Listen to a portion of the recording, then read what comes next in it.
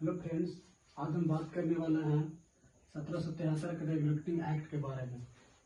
क्या 1773 का regulating act के बारे में, इसी को हिंदी में कहते हैं नियामक अधिनियम। क्या कहते हैं? नियामक अधिनियम कहते हैं। ठीक है, इस 1773 के रेगुलेटिंग एक्ट के बारे में बताते हैं। तो ये जो 1773 का रेगुलेटिंग एक्ट है वो ब्रिटिश ईस्ट इंडिया कंपनी के अधीन था। मतलब ब्रिटिश ईस्ट इंडिया कंपनी के कंट्रोल करने के लिए 1773 का रेगुलेटिंग एक्ट पारित किया था ब्रिटिश के सरकार ने। ब्रिटिश सरकार ने 1773 में रेगुलेटिंग एक्ट लाया और ब्रिटिश ईस्ट इंडिया कंपनी ज्यादा फैल रही थी भारत में, इसीलिए 1773 का रेगुलेटिंग एक्ट आया। इस 1773 में विशेषता क्या है वो बताते हैं। विशेषता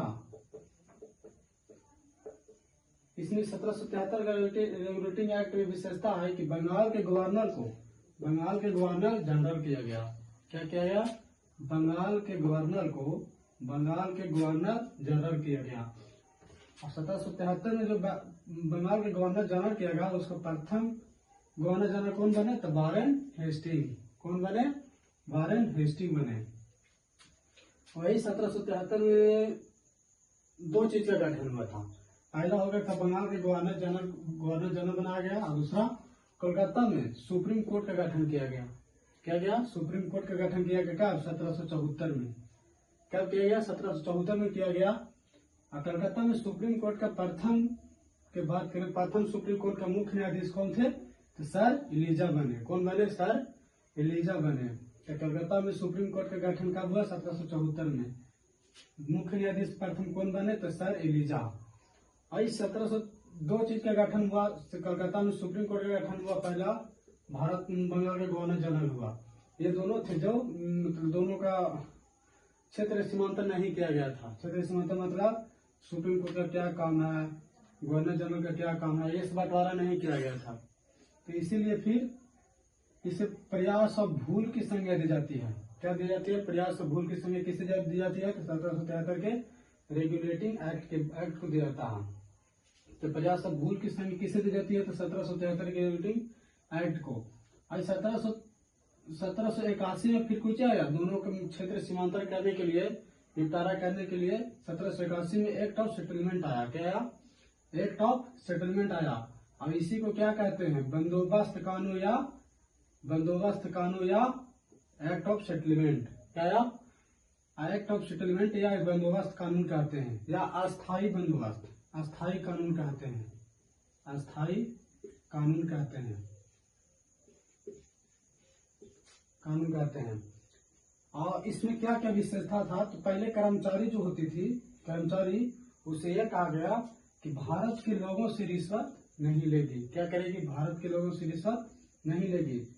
ये पहला चौथा विशेषता था। पांचवा विशेषता क्या है कि बिना लाइसेंस के लोगों को व्यापार नहीं किया जाएगा। मतलब जो ब्रिटिश ईस्ट इंडिया कंपनी में जो काम करते थे कर्मचारी लोग, उसे क्या गया कि बिना लाइसेंस के व्यापार नहीं करेगा। दूसरा सैन्य मामला, नागरिक मामला, व्यापारिक मामला, ये सब किसे देगी? ब्रिटिश सरकार को देगी। किसे देगी? ब्रिटिश सरकार को देगी। क्या कब हुआ? तो 1773 के रेगुलेटिंग एक्ट में कहा जा रहा है कि सैन्य मामला जो होगी, नागरिक मामला जो होगी, व्यापारिक मामला जो होगी, वो सब किसे देगी? तो ब्रिटिश सरकार को देगी। और फिर जो बंगाल का गवर्नर जनरल था, इसी के अधीन पर बम्बई और मद्रास के गवर्नर को बंगाल के गवर्नर जनरल में मिला दिया गया। कह रहा है जो बंगाल के गवर्नर जनरल में अधीन था, उसे फिर बम्बई और मद्रास के गवर्नर को बंगाल के गवर्नर जनरल में मिला दिया गया। पहला केंद्रीय मामला, केंद्रीय प्रशासन मामला नींव पड़ी। इसमें क्या नींव पड़ी कि केंद्रीय जो केंद्र में सरकार रहती थी वो प्रशासन करेगी, शासन करेगी। वो कब नींव पड़ी? तो 1773 में नींव पड़ी। क्या पड़ी? 1773 में। और ब्रिटिश के प्रधानमंत्री लॉर्ड नॉर्थ ने गुप्त समिति का गठन किया। इसी के द्वारा सिफारिश पर 1773 का पारित हुआ। 1773 रेगुलेटिंग एक्ट पारित हुआ। इसी के लिए जय हिंद, जय भारत।